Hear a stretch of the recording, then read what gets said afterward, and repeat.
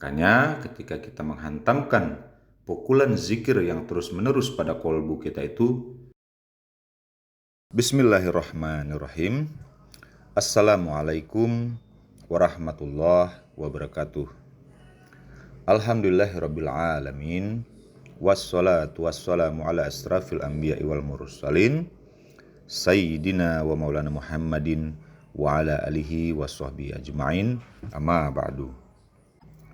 Para sobat sekalian yang dirahmati Allah, pada kajian kali ini kita akan membahas masalah rasa zikir yang nikmat dan menyejukkan jiwa, yang juga nanti berdampak kepada kehidupan kita sehari-hari ya. Jadi pada kajian kali ini kita akan membahas tentang pertanyaan daripada sobat kita yang baru saja menerima talqin zikir, kemudian dilanjutkan mengerjakan zikir ini.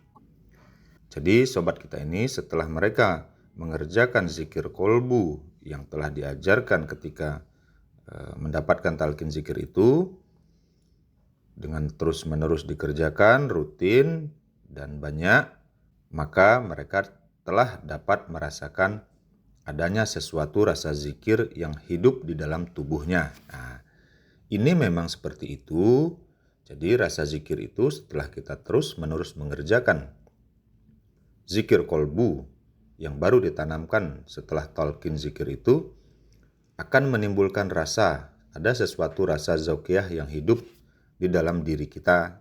Nah, tentu kita tidak bisa mendefinisikan rasa zikir ini seperti apanya, namun kita hanya bisa menyampaikan bahwa rasa zikir itu berdampak nanti adanya rasa nikmat yang hidup di dalam diri kita, kemudian nanti akan berdampak juga kepada ketentraman diri kita. Berkaitan dengan rasa zikir kita ini, pada kajian kita kali ini kita akan mengutip dari kitabnya Maulana Syekh Ahmad Sohibul Wafa Tajul Arifin, Abah Anom Suryalaya dari pesantren Suryalaya, di dalam kitabnya Miftahus Sudur mengenai masalah futuh ya.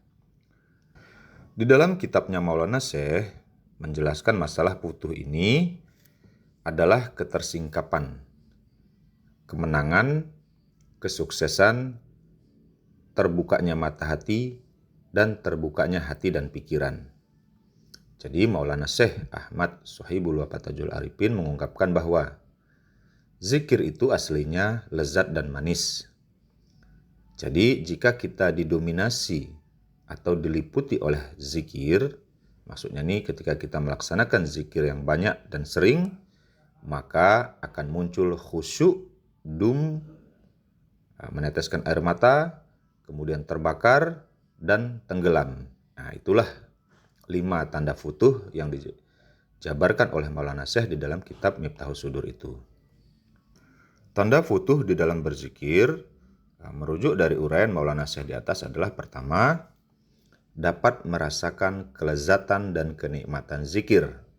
Cuman kadang-kadang bagi mereka yang awal menerima talqin zikir ini belum mampu merasakannya. Wajar saja. Karena pertama kita baru mendapatkan kembali tentang talqin zikirnya. Tapi ketika orang telah lama menerima talqin zikir belum juga dapat merasakan mengapa kita belum merasakan kelezatan dan kenikmatan zikir. Nah, ini bisa menjadi pertanyaan lah. Sebenarnya zikir itu adalah makanan rohani. Rasa zikir itu sebenarnya lezat dan nikmat bagi jiwa. Ini yang kita bahas ini adalah setelah orang menerima talqin zikir kolbu ya. Bila zikir terasa belum nikmat dan lezat, bahkan terasa tidak enak, maka jiwanya yang harus dievaluasi atau diterapi ya. Kita ibaratkan, kita tamsilkan seperti misalnya ada buah mangga yang segar dan manis ya. Namun bila dimakan oleh orang yang sedang sariawan atau sakit gigi misalnya, maka tentu kelezatannya itu terhalang oleh rasa sakitnya. Nah, di situ sebenarnya kunci masalahnya. Jika demikian, teruslah dimakan buah-buahan itu, buah mangga atau zikir itu maksudnya ya. Buah mangga yang lezat dan nikmat itu sampai sariawan di bibir kita atau gigi kita yang sedang sakit itu sampai sembuh. Jadi teruslah diperbanyak makanan buah-buahan tersebut sehingga sakit kita menjadi sembuh. Begitu juga ketika kita belum mampu merasakan lezat dan nikmatnya rasa zikir itu, maka teruslah dihantam kolbu itu dengan zikir asma Allah itu. Dengan banyak, rutin, dan terus-menerus ya. Sehingga ketika terus-menerus kita memakan buah-buahan yang seyogyanya itu memang lezat, akan menyembuhkan sakit bibir kita atau sakit sariawan kita atau sakit gigi kita. Baru ketika sakit itu telah sembuh, kita pun mampu merasakan nikmatnya rasa buah yang memang seyogyanya manis itu ya. Jadi maksudnya demikian juga dengan rasa zikir. Ketika kita baru mendapatkan talqin zikir kolbu itu, yaitu kadang-kadang belum bisa merasakan apa-apa, masih bingung, ya. Jadi teruslah dikerjakan dengan rutin, sering, dan tekun. Seperti yang telah dialami oleh jamaah-jamaah kita yang lain ya. Ketika mereka dalam hitungan 1 bulan sudah ada mampu merasakan zauqiyah atau rasa zikir yang muncul di dalam diri mereka masing-masing. Kemudian yang kedua, tanda futuh itu adalah munculnya khusyuk ya. Bila zikir sudah dirasakan lezat dan manis, kemudian dapat berdampak kepada ketenangan jiwa, maka zikirnya akan lebih khusyuk. Ibaratkan zikir jahar ibaratnya itu seperti khalwat. Kita memejamkan mata sehingga tidak memandang apapun, menjadi gelap dan kosong. Lisan kita melantunkan zikir dengan semangat, telinga mendengar lantunan zikir. Jika merasakan lezat dan manisnya zikir, tentu kolbu berupaya mengimbangi dengan zikir khofi. Pikiran tertuju pada Allah sebagai tujuan zikir kita. Tubuh kita diam dan tenang. Kemudian kalau zikir jahar itu, kepala kita bergerak sesuai aturan. Jadi bagi mereka yang sudah mendapatkan tentang pelajaran zikir jahar, itu nanti ada caranya. Jadi kepala kita ada gerakannya sesuai aturan, kemudian ada menarik jalannya zikir jahar itu dari pusar, kemudian menuju ke atas, ke otak, lalu ke bahu kanan, lalu dihujamkan ke hati sanubari. Jadi khusyuk badan dan juga khusyuk juga kolbu kita ketika kita mengerjakan zikir jahar dan zikir khofi ini secara bersamaan. Kemudian yang ketiga itu dumu ya. Jadi meneteskan air mata. Jadi bila zikir itu sudah khusyuk, maka pukulan zikir itu ke hati nurani kita itu ibarat cangkul menghantam tanah. Jadi pada kedalaman tertentu sehingga mengalirkan air yang tak terbendung. Tentu keluarnya air tersebut dipengaruhi juga oleh kesuburan dan ketandusan tanah. Namun jika terus digali sampai dalam, insya Allah akan keluar airnya. Makanya ketika kita menghantamkan pukulan zikir yang terus-menerus pada kolbu kita itu bisa juga sampai meneteskan air mata. Ini adalah tanda zikir yang kita kerjakan itu sudah dalam ya. Jadi sewaktu-waktu nanti ketika kita sudah pernah merasakan zikir yang sampai bisa meneteskan air mata ini, mungkin suatu ketika kita tidak dapat merasakannya lagi. Dikarenakan kita mungkin sudah tidak rutin lagi mengerjakan zikir seperti yang kita pernah lakukan sampai kita meneteskan air mata itu. Makanya kita harus terus-menerus mengerjakan zikir-zikir kolbu ini sebagai pembersih daripada dosa yang hinggap di diri kita masing-masing ya.